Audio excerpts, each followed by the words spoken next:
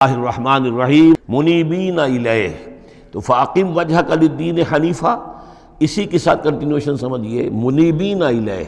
اور چونکہ پہلے واحد کے صیغے میں تھا تو حضور سے خطاب تھا، لیکن جیسا کہ میں نے آپ کو بتایا ہے کہ حضور سے خطاب بھی ہوتا ہے ان مکی صورتوں میں، تو گویا کہ امت سے ہو رہا ہے، تو یہاں وہ جمع کا صیغہ ہو گیا کہ اپنے چہرے اللہ کے دین کی طرف یکسو ہو کر سیدھے کر لو، منیبین الیہ، اسی کی طرف رجوع کرتے ہوئے، واتقوہ، اور اس سے ڈرو، وَأَقِیمُوا الصَّلَاةَ وَلَا تَکُونُوا مِنَ الْمُشْرِکِینَ، اور نماز قائم کرو، اور دیکھو مشرکین میں سے نہ ہونا، مِنَ الَّذِينَ فَرَّقُوا دِینَهُمْ، جنہوں نے اپنے دین کو پھاڑ ڈالا، مِنَ الَّذِينَ فَرَّقُوا دِینَهُمْ، کہ جنہوں نے اپنے دین کے ٹکڑے ٹکڑے کر دیے، وَكَانُوا شِيَعًا، اور وہ خود ان کو ایک ایک ٹکڑا لے کر علیحدہ ہو گئے، كُلُّ حِزْبٍ بِمَا لَدَيْهِمْ فَرِحُونَ، اور ان میں سے ہر جماعت جو ہے جو کچھ ان کے پاس ہے اسی پر وہ اترا رہی ہے، اسی کے اوپر مگن ہے، کسی نے کچھ لے لیا ہے دین کا حصہ، کسی نے کوئی دین کا حصہ لے لیا ہے۔ وَإِذَا مَسَّ النَّاسَ ضُرٌّ دَعَوْا رَبَّهُمْ مُنِيبِينَ إِلَيْهِ، اور جب انسانوں کو کوئی تکلیف پہنچتی ہے، سختی پہنچتی ہے، تو وہ پکارتے ہیں اللہ کو، اپنے رب کو، اسی کی جانب رجوع کرتے ہوئے۔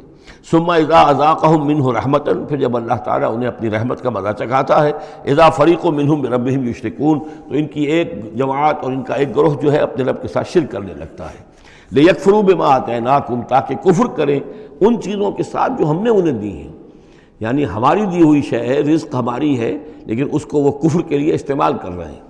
فَتَمَتَّعُوا، اچھا ٹھیک ہے، جو بھی تمہیں فائدہ اٹھانا ہے اٹھا لو، چند دن کی زندگی ہے، بالآخر تو تمہیں ہمارے پاس آنا ہے، یہ تمہارا طرز عمل جو ہے وہ اسی مہلت کے اندر اندر جو تم چاہو کرو،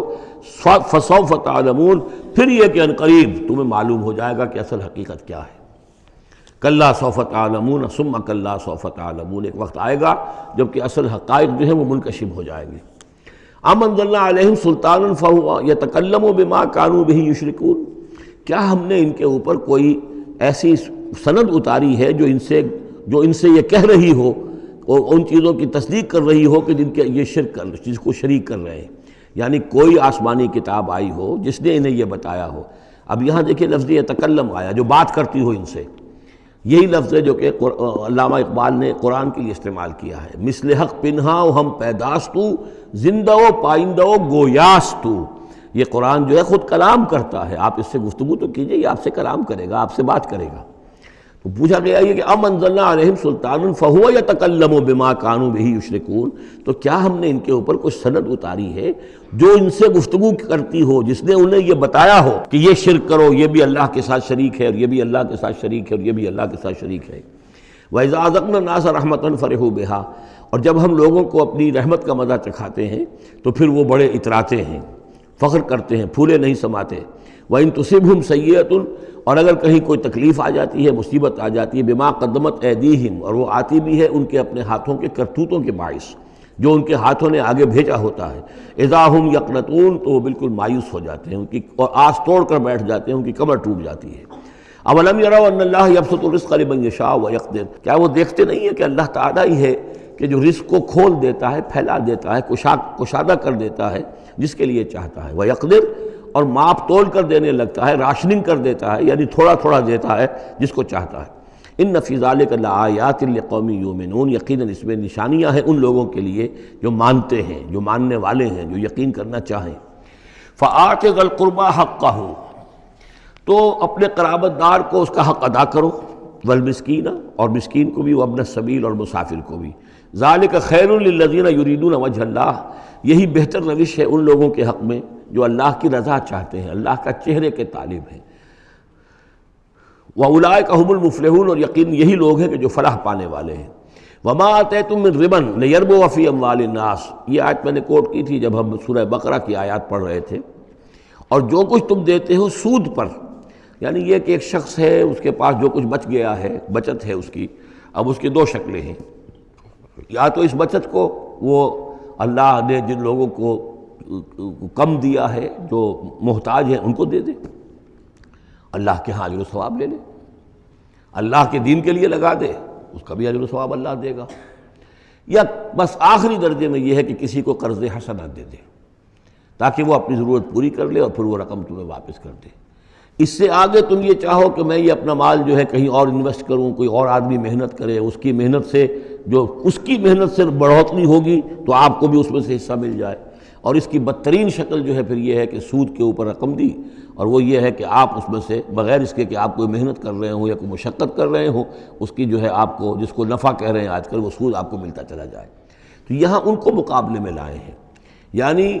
بچت جو ہے آپ کی، سیونگز جو ہیں آپ کی، یہ گویا کہ سرپلس ویلیو ہے اسلام کے نقطہ نگاہ سے، یہ عفو ہے، اس کو خرچ کر دینا چاہیے۔ ایمان کا تقاضا یہ ہے یسألونک ماذا ینفقون قل العفو، وہ اللہ کے لیے، اللہ کے دین کے لیے، محتاجوں کے لیے، غرباء کے لیے صرف کر دیا جائے۔ لیکن یہ ہے کہ اتنی ہمت نہیں ہے کہ صدقہ دے دیا جائے، تو پھر یہ کہ قرض حسن دیا جائے، یا یہ کہ کسی اور شکل کے اندر جو ہے وہ کسی آدمی کی مدد کر دی جائے، تو یہ ساری چیزیں ہیں۔ لیکن آخری شکل جو ہے اسلام میں، یہ بھی جو بعد میں پھر شریعت کے احکام مدون ہوئے ہیں، تو ایک صورت دی گئی ہے کہ آپ مزاربت پر دے دیں۔ مزاربت یہ ہے کہ آپ کا وہ جو رقم ہے وہ کوئی اور شخص کام کرے گا، اگر تو کوئی نفع ہو جائے تو کچھ آپ بھی لے لیں اور کچھ وہ لے لیں، نقصان ہو جائے تو سارا نقصان آپ برداشت کریں گے، جس کے پاس وہ سرپلس منی تھی، اس کا کوئی تاوان جو ہے وہ جو عامل ہے اس کے اوپر نہیں آئے گا۔ یہ تو تفاصیل بات کی ہیں، لیکن اصل میں جو قرآن مجید سامنے لاتا ہے وہ ہے صدقات اور انفاق فی سبیل اللہ ورسس سود، ربا، کہ کوئی شخص اپنی بچت کا مصرف کیا بناتا ہے، وہ بچت دیتا ہے اللہ کی رضا حاصل کرنے کے لیے، آخرت کا اجر و ثواب حاصل کرنے کے لیے، یا بچت کو انویسٹ کر کے اور دنیا ہی میں کمانا چاہتا ہے۔ یہ دو ذہنیتیں ہیں جو ایک دوسرے سے بالکل مختلف ہیں اور متضاد ہیں۔ فما آتیتم من ربا، تو جو کچھ تم دیتے ہو سود پر تاکہ وہ بڑھے، لیربو فی اموال الناس، تاکہ وہ بڑھے لوگوں کے مال میں، فلا یربو عند اللہ، اللہ کے ہاں اس میں کوئی بڑھوتری نہیں ہوتی۔ وما آتیتم من زکوٰۃ، اور جو تم زکوٰۃ دیتے ہو، یعنی اس طریقے سے صدقہ ہے، خیرات ہے، تریدون وجہ اللہ ہے، اور اس سے تم چاہتے ہو اللہ کی رضا، اللہ کا چہرہ، مراد وہی اللہ کی رضا، فاولئک هم المضعفون، یہ لوگ ہیں جو اپنی جو بچت ہے اس کو دگنا کر رہے ہیں، یعنی یہاں اللہ کے لیے دیا ہے تو وہاں 10 گنا ملے، 700 گنا ملے، اس سے بھی زیادہ ملے، لیکن یہ ہیں لوگ کہ جو در حقیقت اللہ تعالیٰ کی رضا بھی انہیں حاصل ہوگی۔ اللہ الذی خلقکم ثم رزقکم ثم یمیتکم ثم یحییکم، اللہ ہی ہے جس نے تمہیں پیدا کیا، پھر تمہیں رزق دیا، پھر وہ تمہیں مارے گا، پھر وہ تمہیں زندہ کرے گا۔ هل من شرکائکم من یفعل من ذلکم من شیء، کیا تمہارے شریکوں میں سے بھی کوئی ہے جس کے بارے میں تمہارا گمان تک ہو کہ وہ یہ کام کرتے ہیں؟ کیا لات عزیٰ منات یہ کرتے ہیں یہ کام؟ کوئی بھی ان کے عقیدے میں ایسی بات موجود نہیں تھی۔ وہ تو ہؤلاء شفعاؤنا عند اللہ کہتے تھے کہ ہمارے شفیع ہیں، بس ہمارے سفارشی ہیں۔ سبحانہ، اللہ پاک ہے، وتعالی، اور بہت بلند و بالا ہے، عما یشرکون، اس شرک سے جو یہ کر رہے ہیں۔ ظہر الفساد فی البر والبحر بما کسبت ایدی الناس، بحر و بر میں فساد رونما ہو چکا ہے بسبب اس کمائی کے کہ جو لوگوں کے ہاتھوں نے کی ہے۔ یہ آیت جتنی آج روشن ہو کر پورے دنیا کے افق کے اوپر جو ہے یوں سمجھیے کہ نمایاں ہو رہی ہے، شاید جس وقت نازل ہوئی تھی اتنی نمایاں اس وقت بھی نہ ہو، اس لیے کہ اس وقت پوری دنیا کا کیا اندازہ تھا، لوگوں کو بہت کم اندازہ تھا، پوری دنیا کی وسعت کا اندازہ بھی نہیں تھا۔ آج جس طریقے سے فساد رونما ہو چکا ہے پوری زمین میں، اور جس طرح کے تصادم ہیں، جس طرح کے مقابلے ہو رہے ہیں، جس طرح کی بد امنیاں ہیں، جس طرح کے فسادات ہیں، تو ظاہر الفساد فی البر والبحر، بر و بحر میں فساد رونما ہو چکا ہے بما کسبت ایدی الناس، لوگوں کی اپنے ہاتھوں کی کمائیوں کے باعث، لیذیقہم بعض الذی عملوا، اور یہ اس لیے ہے کہ اللہ تعالیٰ انہیں ان کے بعض اعمال کا مزہ چکھائے، یعنی بعض الذی عملوا، اگر تو سارے اعمال کا اللہ تعالیٰ یہیں پر اگر سزا دینی شروع کر دے تو کوئی آدمی بچے ہی نہ، ما بقا علی ظہرہ دابہ، تو کوئی بھی ایک بھی انسان نہ رہے زمین کے اوپر، لیکن کچھ اللہ تعالیٰ جو ہے وہ عذاب دیتا ہے، لعلہم یرجعون، تاکہ یہ لوٹیں پھریں، سوچیں، غور کریں، توبہ کریں، رجوع کریں۔ یہ جو کچھ ہو رہا ہے اس وقت وہ اس لیے ہے کہ انسان ہوش میں آئے، یہ آج ہمارے ساتھ کیوں ہو رہا ہے، کس وجہ سے ہو رہا ہے، خاص طور پہ مسلمان سوچیں کیوں ہم ذلیل و خوار ہیں آج، کیوں ذلیل کہ کل تک نہ تھی پسند گستاخی فرشتہ ہماری جناب میں، کیا وجہ ہے؟